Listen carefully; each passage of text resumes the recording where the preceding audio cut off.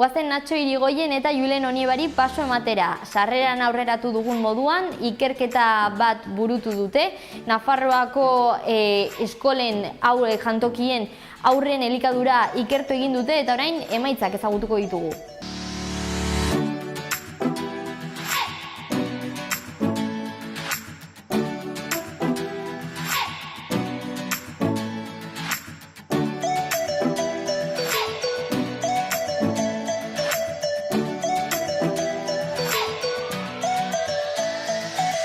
Nafarroako nekazal ekologikoaren kontseiluak eta NUPek aurren elikadura aztertzen duen ikerketa prestatu dute. Hori izango da gure gaurko mintzagaia eta horretarako Natxo Irigoyen eta Julen Onieba ditugu gurekin agronomo eskolatik. Arratsaldeon eta ongi etorri. Kaixo, arratsaldeon. Arratsaldeon. Zer modu zaudete? Ongi, bai. Bikain eta gustora, aukera izateagatik hona etortzeko. Bai, eta lana bukatuta, ez? Bai. Deskantzatutak, agian. Bai, hori bai. Bai, konta iguzue, zure kasuan, zu ikaslea zara, zu irakaslea, izan da zure gradua amaitzeko lana, ez? Bai, hori, nekazaritza ingenieritza gradua bukatzeko, hori lana faltatzen zitzaidan eta praktika baita ere. Eta unibertsitate publikotik esan zidaten edo aukera eman zidaten, eskaini zidaten eskola jantokei buruzko analisi bat egiteko. Eta gainera momentu hartan baita ere praktikak CEPAEN egin nituen. CEPAEN Nafarroako nekazal produkzio ekologikoaren kontseilua da, eta beraien laguntzarekin aurrera atera nuen lana. Hemen duzuna, ez? Bai, hori da. Hau atera azkenean. Bai, eta ez da mehea, Ez, odia, denbora askoa. Bai, izan ere ikasturte honetan noski burutu da ikerketa. Bai. Hasi nintzen utxora era abuztuan horrela eta otsailak arte egon nintzen. Eta denbora askoko bai. Bai, eta hori, eskola publiko, nolakoa izan da prozesua, nork hartu du parte? Parte hartu dute erakunde ezberdinak, Nafarroako eskola kontseiluak, apima ezberdinak, Gerrikoa eta Sortzen, eta gero guraso elkarte ugari hartu dute parte, eta zenbait bilera izan genituen beraiekin, telefono deiak, eta e-mailez baita ere. Eta 34 ikastetxe publiko, ez? Bai, bidali zitzaien 119 eskolei, eskola publikoi, eta lortu genituen 34 erantzun. Eta zer da, hasteko, zeintzuk ziren lanaren helburuak? Lanaren helburuak baziren kezka bateri erantzun ematea, ez? Geunden zenbait guraso, gure haurrak, gure seme-alabak eskoletara bidaltzen genituenak, eta gelditzen zirela bazkaltzea. Eta arduratuta geunden, eta ikusten genuen hori, gaur egun gure seme-alabek ez dutela jaten, gure itatzik amatzik jaten zuten modura, zeharo aldatu eginda gure elikadura, eta gero beste aldetik ikusten dugu gure landa eremua gainbehera sakona izan duela eta hori ez, mendetan zehar eta urtetan zehar gure platerrak bete izan duen ekoizpen sistema batek bera egiten ari zuelako, ez?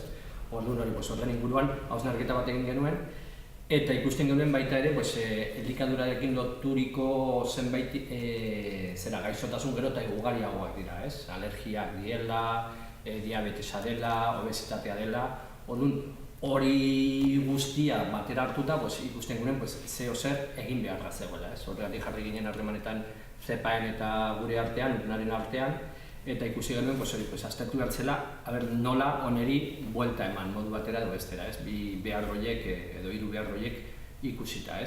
Orduan, ikusi genuen gaur egun zoritzarrez gure seme-alabek, daukagun bizimoduaren ondorioz, gehienetan bazkaldu behar dute jatetzetan, jantokietan, eskola jantokietan. Orduan, hori, pentsatzen genuen, ara joaten dira, ezitzera, ikastera gauzak, eta daukagu erramienta potente bat, tresna oso indartsua, arazo oneri buelta emateko modu batera edo bestera, ez? Horregatik ikusi genuen fokusa edo zentratu behar ginela hori aztertzean zer ari zen gertatzen jantoki horietan. Bai, gainera, adibidez ikerketan aipatzen duzue, 10 urte igarautzen dute aurrek eskoletan, ez da gutxi. azkenean da denbora pila bat, pasatzen dute 10 urte gutxi goraera eta 180 egun urtean. Orduan da aztertzeko aukera bat eta... Tarte horretan gainera, bada haien gorputza Garatzen ari den unea, burmuina, eta ez bakarrik hori, fisikoki, baizik eta baita ere ohiturak, jateko ohiturak, ohitura osasungarriak, hortza garbitzea, eskua garbitzea, onelako gauzak, jarrera janariarekiko, prozesu guztia garatzen dira justu adin horretan, ez? Orduan, adin horretan, eta gehienetan bazkantzen dute etxetik kanpo. Orduan, ez dakigu askotan nola garatzen ari den hori, seguru kasu askotan oso ongi, baina beste batzutan igual ezain ongi, ez? Orduan, horrek arduratzen ginduen. Gainera hori, pentsatu behar dugu, tarte horretan, eskolara bidaltzen dugun tarte horretan, normalki klasetan daudenean, daude irakasle tituladunak, Nafar Gobernuak bidalitakoak, badago sistema oso bat bermatzen duela, dena ongi funtzionatuko duela, ez? Baina justu gelditzen da tarte bat, ordu bat eta 3 artean gutxi gora bera, zeinetan normalki beste batzuen esku gelditzen hori da. Batzutan hori guraso elkartearen esku, bere borondate honenarekin, baina igual ez bere jakintza guztiarekin, dauden bitartekoak ez dira munduko onenak, eta orduan hori ardura handiko tarte bada. Orduan horregatik aztertu nahi genuen zer nago. Eta zer da aurkitu duzuena? Hori inkesta bat egin genuen, 80 galderakoa, eta hor galditzen zen ze elikagai motak jaten zituzten eta zenbat turno egiten zituzten egunean. Eta aurkitu duguna da, eskola gehienak oraindik produktu osasuntsuak oso gutxi jartzen dituztela, adibidez produktu ekologikoak, freskoak, bertakoak edo denboraldikoak. Baina badaudela zenbait eskola bide horrela, pauso bat aurrera eman dutela eta hilabetean behin 18 produktu ekologiko sartzen dituztela menuetan, adibidez. Eta hori da egin behar dena, eta pauso garrantzitsu. Ni berak aipatu dena oso diferentzia handiak ikusi ditugu. Ez dagoela jantoki eredu bat, edo jantoki guztiak ez direla modu batekoa, baizik eta bakoitzak montatu duela ahal izan duen bezala, edo nahi izan duen bezala. Orduan hori aurkitzen ditugu berak izan duen bezala, zenbait jantokik zeinetan fokua igual zentratu dute zer jaten duten aurrek, beste batzuetan zentratu dira ze baldintzatan zaintzen ari diren aurroiek, beste batzuetan igual hezkuntza programaren bat baldin badagoen horren inguruan edo ez, eta beste batzuetan zentratu dira ea ahalik eta gutxien ordaindu. Orduan, denetarik aurkitu dugu. Eta bereizi daiteke sukaldea propioa duten zentroak eta ez dutenen arteko bereizketa bat egin daiteke, ez? Bai. Inkestan, 34 eskoletatik 10ek sukalde propioa dute. Orduan, sukalde propioa dute, erraztasun handiagoak dituzte produktu ekologikoa edo bertakoak sartzeko, ez da berdina sukalde propioa izatea edo beste enpresa batetik elikagaia garraiatzea, kilometroak egitea, kontaminatzea, eta orduan hori da ezberdinen garrantzitsu bat. Honek badu eragina prezioan? Ikusi dugu azkenean, daudela hori esan dudanez lehen, zenbait eskolek produktu ekologikoa sartzen dituztela, baina prezio berdina dituzte, sartzen dituztela adibidez, hilabetean behin produktu ekologiko bat. Orduan ikusten dugu, zerbitzu honetan ez dagoela diferentzia handirik. Prezioan eta ekologikoa. Gurasoek ordaintzen dutenean zerbitzuarengatik, ordaintzen duten sari horretan, ordaintzen dira gauza asko. Bada elikagaiak, beste bada sukaldatzea elikagai horiek, beste gauza bada zaintzak, beste gauza bada ardura administratiboa, beste gauza bada igual jarduerak bazkal ordua baino leheno eta bazkal ondoren. Orduan badira kontzeptu asko, horren barruan sartzen direnak, eta baita ere bitartekarien profitak, etekinak. Orduan, segun eta nola banatuta dauden horiek guztiak, prezioak oso bestelakoak izan daitezke. Orduan, produktuak freskoak izatea, edo ekologikoak izatea, edo bertakoak izatea, ez da aldagai nagusia, prezioa finkatzeko orduan. Baizik eta badela beste bat eta ez da nagusienetako bat. Orduan hori gustatuko litzai duke nabarmentzea. Gero gauza bat aipatu nahi genuke, lehen aurkitu garen beste gauza batekin, bada ezjakintasun handia dauela. Zer gertatzen ari den ikastetxeen barruan.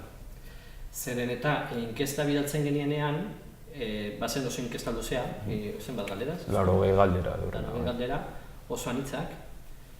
Eta batzuten zer ikusi menuarekin. Baina menu horren inguruan galdetzen da, edo guraso dakiguna da zer janduten. Baina ez dakigu janduten hori, janduten borraia hori, edo kardo hori, edo azelga horiek, edo hamburguesa horiek. Ez dakigu egunean bertan eginak diren, edo aurre sukaldatuta dauden duela ez dakizen bat hilabete, edo aste, edo. Orduan ez jakintasun handia dago horren inguruan. Eta hori da gehien horrek kezkatzen gaitu gehien, ez jakintasuna. Ez jakintasuna eta ez dela erraza jakitea. Eta jakiteko zehazki zer den jaten ari direna, honena da, zure izatea zu gobernantza horren gainean. Bai. Eta hortarako behar duzu, sukaldu. Bai, burujabetasuna. Bai, burujabetasuna. Zeta badakizu zer erosi duzun, nori erosi duzun, zer erosi diozun. Bai.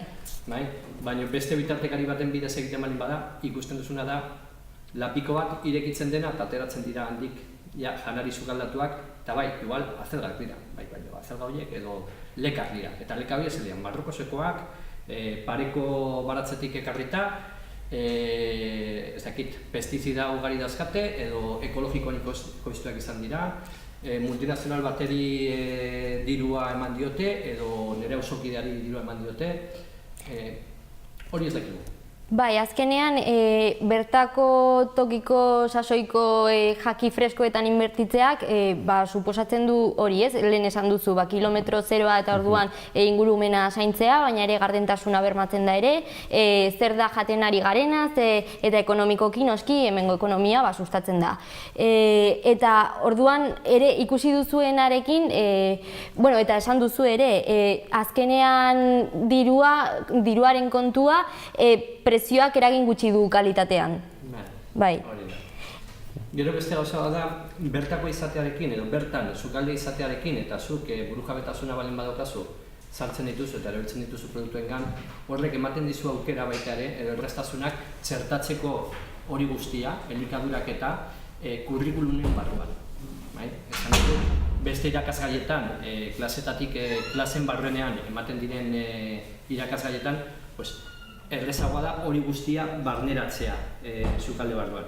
Adibidez, oso aukera polita izango zen, ikasleek beraiek joatea ikastola pareko, ikastetxaren pareko denda batera, edo baratz batera, edo ekoizle batengan joan, erosian bertan esnea, jogurrak, haragia, porruak, eramatea sukaldera, sukaldatu beraiek, hitz egin ekoizlearekin, saltzailearekin, eta hori guztia gero jan.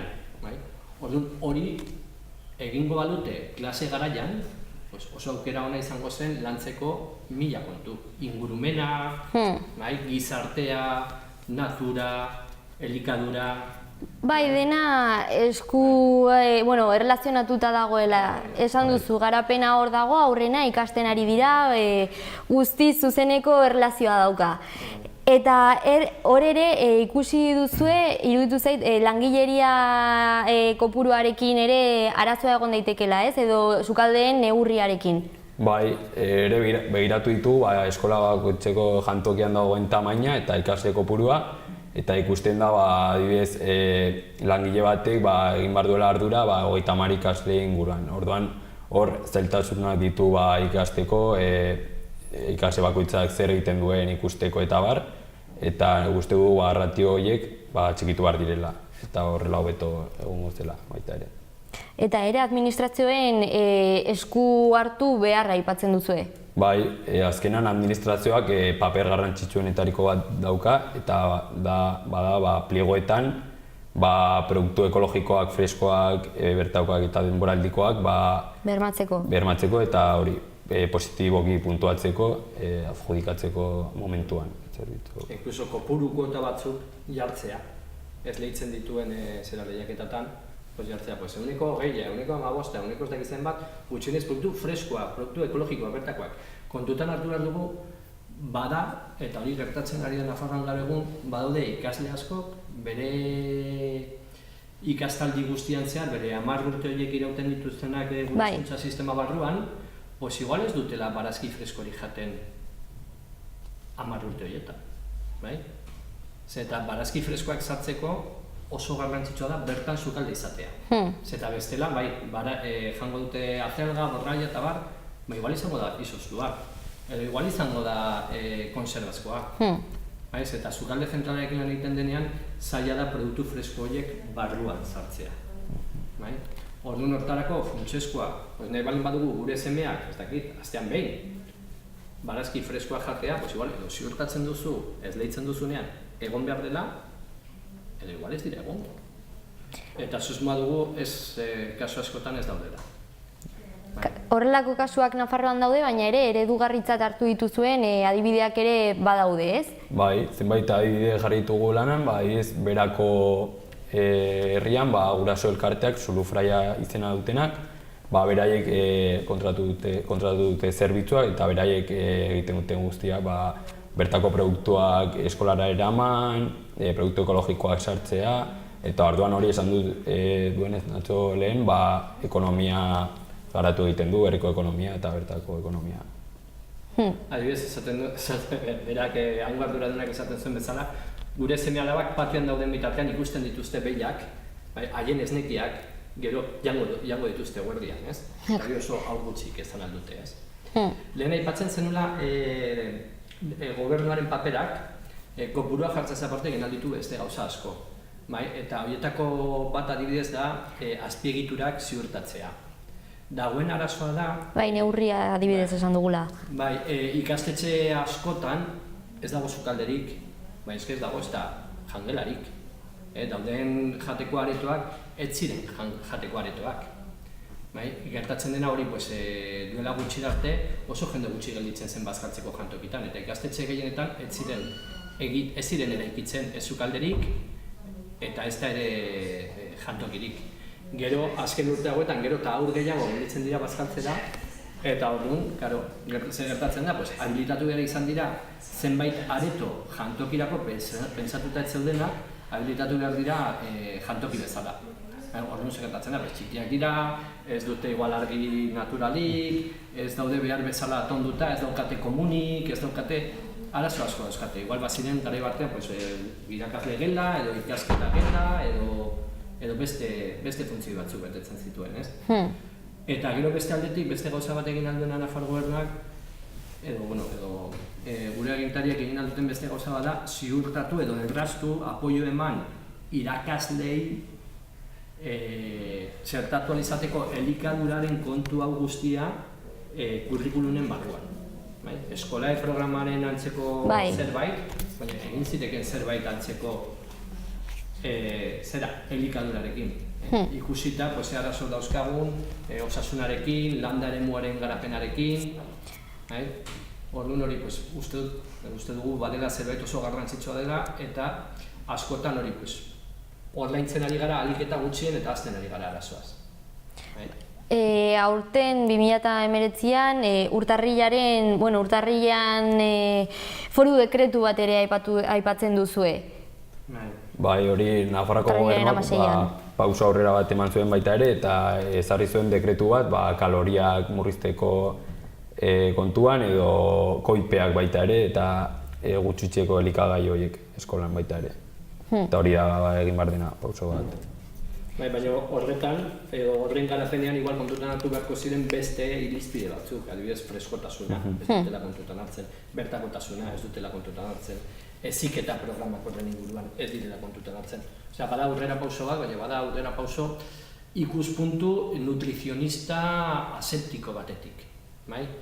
Hori oso garrantzitsua da, baina ez nahikorik.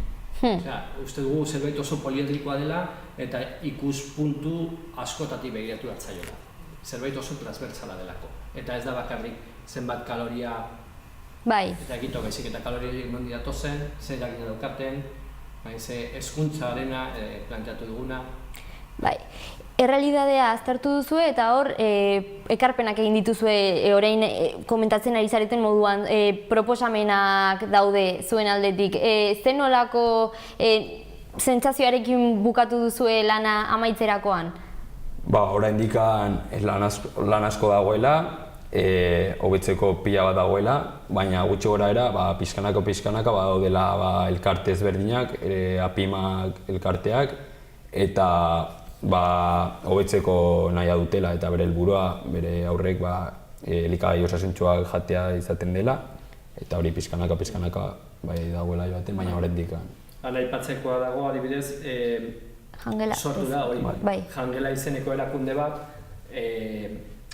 batzen dituena, kezka honekin bat egiten duten zenbait guraso elkarte eta gero eta gehiago daude. Eta ni zaborea geratu naizena, esaten zen dela, ikusten duela hau garrantzi handiko kontu bat dela, nahiko baztertua dugula, orokorrean, baina argia edo hurbiltzen garen heinean, ohartzen zara zer garrantzia duen eta zer dagoen horren atzean, eta jende gehienari interesa pizten dio. Baina jende gehienari. Adibidez, honen antzeko beste lan asko egiten ditugu unibertsitatean, ez jantokien inguruan, baina zik eta beste gauzetan. Eta oso interesgarriak, horietako batzuk. Igual baten bat izan du oihartzuna komunikabideetan. Baina, hau bezain beste, inoiz ez. Komunikabide askoetatik deitzen ari da, interesa erakusten ari da honengatik. Eta beste batzuengatik igual deitzen dute irrati batetik, igual ohartxo txiki bat ateatzen dute komunikabideetan, baina honetan, izan da, eskaera uholdea. Bai, azkenean, osasuna da oinarrizkoena, ez?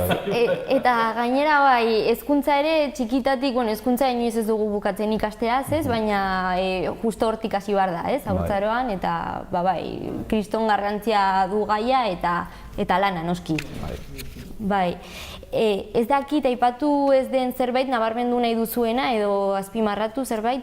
Nik uste dut gutxi gora era, ez? Eskerrak eman parte hartu duten guztiei. Inkesta betetzeak neketsua zen, oso nekagarria zen. Bai, oso luzea zen eta azkenean hori denbora pilo bat zerauen eta eskerrak ematea bai. Bai, behar ziren orduak betetzeko, inkesta bakoitzak. Orduan egon dira guraso elkartek, zuzendari, jantoki arduradun erantzun dutena eta hartu dutela lan handia inkestatzar handi horreri erantzun emateko, ez?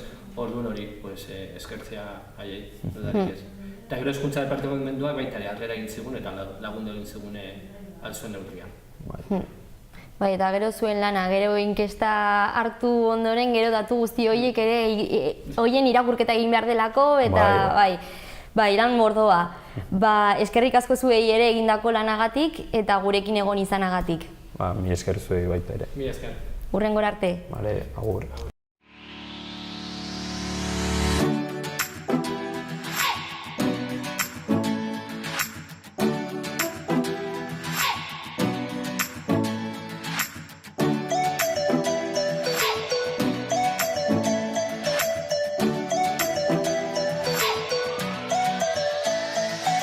Programarekin bukatzeko, sarreran agurreratu egin dugun edo aipatu egin dugun moduan, kiriketan azala izango dugu, atala barkatu ez azala. Eta honen baitan,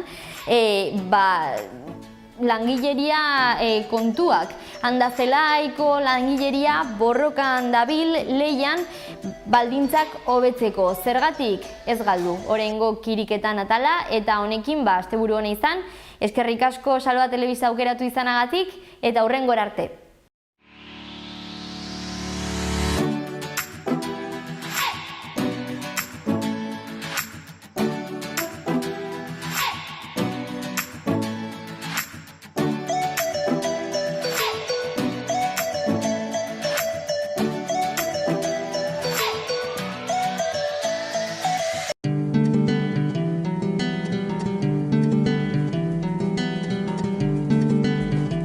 Saio hau Nafarroako Gobernuak diruz lagundu du.